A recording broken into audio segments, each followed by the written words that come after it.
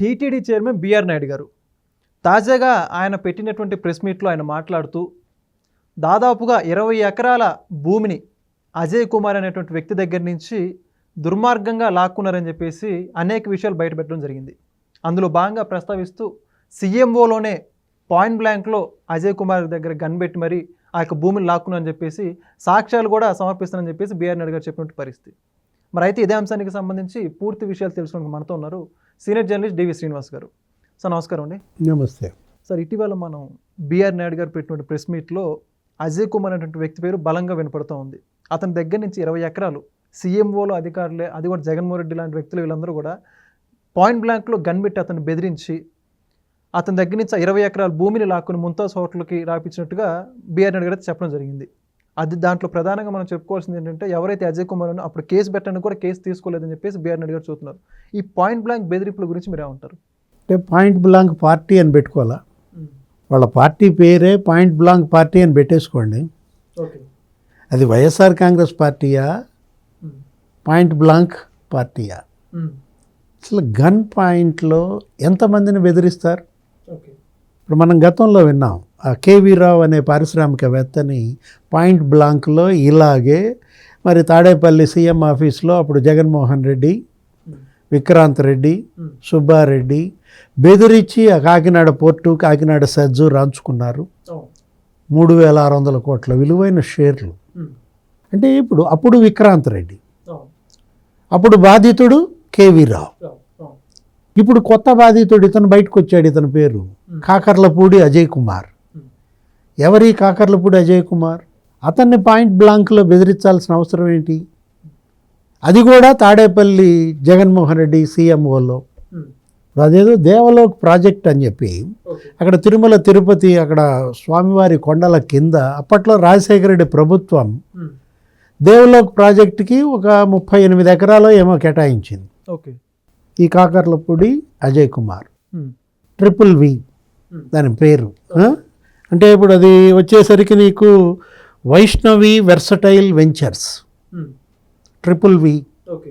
ఆ వైష్ణవి వెర్సటైల్ వెంచర్స్కి ఇచ్చారు. వాళ్ళు ఏదో పెద్ద ప్రాజెక్ట్ అక్కడ డెవలప్ చేస్తామనుకున్నారు. అక్కడ దగ్గర రోజుకి 10,000 మంది టూరిస్టులను ఆకర్షిస్తాం అనేటటువంటి ఒక లక్ష్యం పెట్టుకుని వాళ్ళు అక్కడ ఏమేమో చేయాలనుకున్నారు. దగ్గర ఒక హిమగిరి ఐస్ టెంపుల్స్, అక్కడే ఒక స్నో పార్క్, ఆ హిమగిరి ఐస్ టెంపుల్స్, ఒక రెస్టారెంటు, లేకపోతే సాగర మథనం, అదొక థీమ్ బేస్డ్ వాటర్ పార్క్, సాగర మథనం అని చెప్పి అక్కడ ఒక 5 స్టార్ హోటల్, దగ్గర దాని పేరు పుష్పక విమానం అని, ఒక 275 గదులతో కట్టాలని, ఒక 750 కోట్లు అక్కడ ఏదో పెట్టుబడిగా పెట్టుకుని వాళ్ళు అక్కడ ఒక శ్రీహరి ధామ్ అనేటటువంటి ఒక శ్రీహరి ధామ్ అక్కడ కట్టడం, ఒక 108 టెంపుల్స్ అన్నమాట.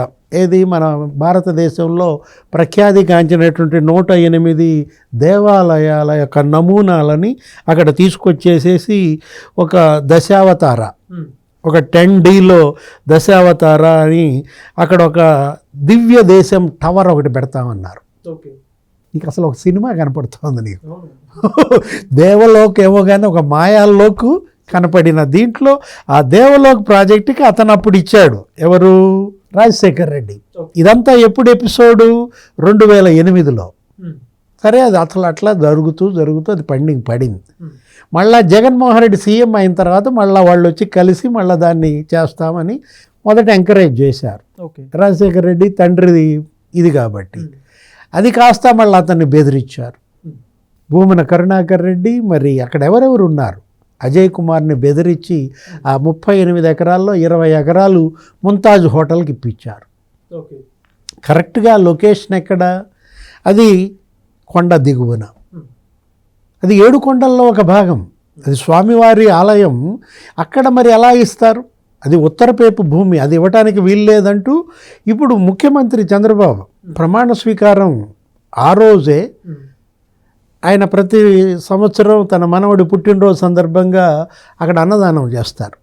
ఒకరోజు ఏది వెంగమాంబ అన్నదాన సత్రంలో ఒక 40 లక్షలు 50 లక్షలు ఎంత అవుద్ది, అది ఆయన విరాళంగా ఇస్తుంటాడు దేవాంశ్ పేరు మీద. ఆ రోజే ఈ భూములన్నీ రద్దు చేశారు. రద్దు చేస్తున్నట్టుగా ముఖ్యమంత్రి ప్రకటించారు. ఏది ఆ ముంతాజ్ హోటల్కి, లేకపోతే ఈ దేవలోక్ ప్రాజెక్టు, ఇంకేదో ఎవర్ హోటల్, వీటన్నిటికి కూడా 38 ఎకరాల భూములు రద్దు చేస్తున్నామన్నారు. ఆ తర్వాత వీళ్ళేంటి మళ్ళా కేసేసి ఇదేదో మళ్ళీ టూరిజం డిపార్ట్మెంటు ఇదంతా ఎందుకని చెప్పి ఆ రద్దు చేసినటువంటి ఆ భూముల స్థానే ఇంకో చోట వాళ్ళకి భూములు ఇచ్చారు. ఎటు దక్షిణ వైపున, దానికి కొండకి సంబంధం లేదు, అది సిటీలో భాగం. సిటీలో అంటే ఇంకా అక్కడ హోటల్స్ ఉన్నాయి, ఇక్కడ అన్నీ ఉన్నాయి, కమర్షియల్ కాంప్లెక్స్లు ఉన్నాయి, కాబట్టి అక్కడ ఇచ్చినా ఇబ్బంది లేదు. కాబట్టి అక్కడ ఇచ్చారు, వాళ్ళు ఏదో పెట్టుకోమని చెప్పారు. ఇక్కడ ఏది ఈ భూమికి బదులుగా అక్కడ టూరిజానికి ఇచ్చారు. ఇది భూమన కరుణాకర్ రెడ్డికి కన్నెర్ర. ఏది దాని మీద ఇప్పుడు రాద్ధాంతం బిఆర్ నాయుడిని టార్గెట్ చేస్తుంటాడు. ఆ బిఆర్ నాయుడికి అసలు ఆ పోస్ట్ ఇవ్వడం క్విడ్ ప్రోకో అంటాడు. అసలు హిందువుల దురదృష్టం అంటాడు బిఆర్ నాయుడు చైర్మన్ కావడం. హిందువుల దురదృష్టం భూమన కరుణాకర్ రెడ్డి చైర్మన్ కావడమా, బిఆర్ నాయుడు చైర్మన్ కావడమా? జనం నిర్ణయిస్తారు, భక్తులు నిర్ణయిస్తారు. నువ్వు ఒక పోల్ సర్వే పెట్టుకో, నీకంత డౌట్ ఉంటుంది, నీకెన్ని వస్తాయో అతనికి ఎన్ని వస్తాయో తెలుస్తుంది. ఇప్పుడు ఒకటి, నువ్వు ఒకప్పుడు ఏమన్నావు, అది నల్లరాయి అన్నావు, చెప్పుతో కొడతానన్నాడు ఈ దుర్మార్గుడు. ఇతను నోటెమ్మటి వచ్చిన మాటలు ఆ రోజు, ఇతను నాస్తికుడు నేను చెప్పుకున్నాడు, రాడికల్ కమ్యూనిస్ట్ మావోయిస్టు భావజాలం ఉన్నాడు. నిన్న కూడా మాట్లాడుతూ నేను ఉద్యమాల నుంచి వచ్చానని చెబుతాడు కదా. ఇప్పుడు వీళ్ళ అన్న ఉంటాడు భూమన సుబ్రహ్మణ్యం రెడ్డి, భూమన్ అలియాస్ ప్రొఫెసర్ భూమన్. అతను అసలు లే అనే ఒక పత్రిక అతను నడిపాడు. బూతు సుప్రభాతం రచయిత ఆయన. సుప్రభాతం స్వామివారిని మేల్కొల్పటానికి పాడేటటువంటి సుప్రభాతం. అట్లాంటి సుప్రభాతానికి బూతు సుప్రభాతం ఇచ్చాడు. అతన్ని తీసుకొచ్చి జగన్మోహన్ రెడ్డి, భూమన కరుణాకర్ రెడ్డి ఏం చేశారు, శ్వేత అనే దానికి డైరెక్టర్ చేశారు. శ్వేత అంటే శ్రీ వెంకటేశ్వర ఎంప్లాయీస్ ట్రైనింగ్ అకాడమీయో ఏదో వచ్చింది. అతనితో ఎంప్లాయీస్కి ట్రైనింగా? బూతు సుప్రభాతం ఎలా చదవాలని ట్రైనింగ్ ఇస్తారా? లే అనే దానికి పత్రిక రాయటానికి ట్రైనింగ్ ఇస్తారా? అంటే ఎలాంటి వాళ్ళు భూమన కరుణాకర్ రెడ్డి, భూమన సుబ్రహ్మణ్యం రెడ్డి, వీళ్ళు ఇప్పుడు బిఆర్ నాయుడిని విమర్శిస్తే ఏది క్విడ్ ప్రోకో? ఇప్పుడు భూమన కరుణాకర్ రెడ్డికి టీటీడీ చైర్మన్ ఇవ్వటం క్విడ్ ప్రోకోనా, బిఆర్ నాయుడికి ఇవ్వటమా? జనాన్ని అడిగితే చెప్తారు, భక్తులను అడిగితే చెబుతారు. ఒకటి ఇక్కడ ఏది పాయింట్ బ్లాంక్ గురించి మనం మాట్లాడుకుంటున్నాం. కేవీ రావుని పాయింట్ బ్లాంక్లో, అజయ్ కుమార్ని పాయింట్ బ్లాంక్లో. అసలు అతను ఎవరు, గోరంట్ల మాధవ్. అతనైతే అసలు కియా సీఈఓ దగ్గర ఇట్లా పెట్టాడు. ఇట్లా పెడితే అర్థం ఏంటి, రివాల్వర్ అనే కదా. ఆయన తల దగ్గర ఇట్లా పెట్టాడు, చెయ్యి తీసుకుపోయి. ఇతను పెద్ద పోలీస్ ఆఫీసర్. ఎవరు, గోరంట్ల మాధవ్. కాంట్రాక్ట్లు ఇస్తావా చస్తావా, క్యాంటీన్ ఇస్తావా చస్తావా, ట్రాన్స్పోర్ట్ మా వెహికల్సే తిరగాల. ఎంతమంది పారిశ్రామికవేత్తలను బెదిరించారు వీళ్ళు. ప్రతి పారిశ్రామికవేత్తని ఆ ఫ్యాక్టరీలో క్యాంటీన్ మాకే, ఆ ఫ్యాక్టరీలో ట్రాన్స్పోర్ట్ మాదే, ఇట్లా అందరినీ కూడా ఎక్కడికక్కడ మొత్తం భయభ్రాంతులకు గురి చేశారు. సిమెంట్ ఫ్యాక్టరీలను బెదిరించారు, సోలార్ ప్లాంట్లను బెదిరించారు. అక్కడైతే మరీ రివాల్వర్లు వేసుకెళ్ళారు, తుపాకులు వేసుకెళ్ళారు, సోలార్ ప్లేట్స్ పగలగొట్టారు. ఎక్కడ, అనంతపురం జిల్లాలో, కడప, కర్నూలు జిల్లాల్లో సోలార్ ప్లాంట్ల యజమానులు అడిగితే చెప్తారు వాళ్ళు పెట్టినటువంటి హింస, వాళ్ళ బెదిరింపులు. అది కదా భయపడి పారిపోయింది మొత్తం పారిశ్రామికవేత్తలందరూ కూడా. ఎందుకని ఆంధ్రప్రదేశ్ అంటే టెర్రర్, ఆంధ్రప్రదేశ్ వదిలి ఎందుకు పారిపోయారు? Point blank.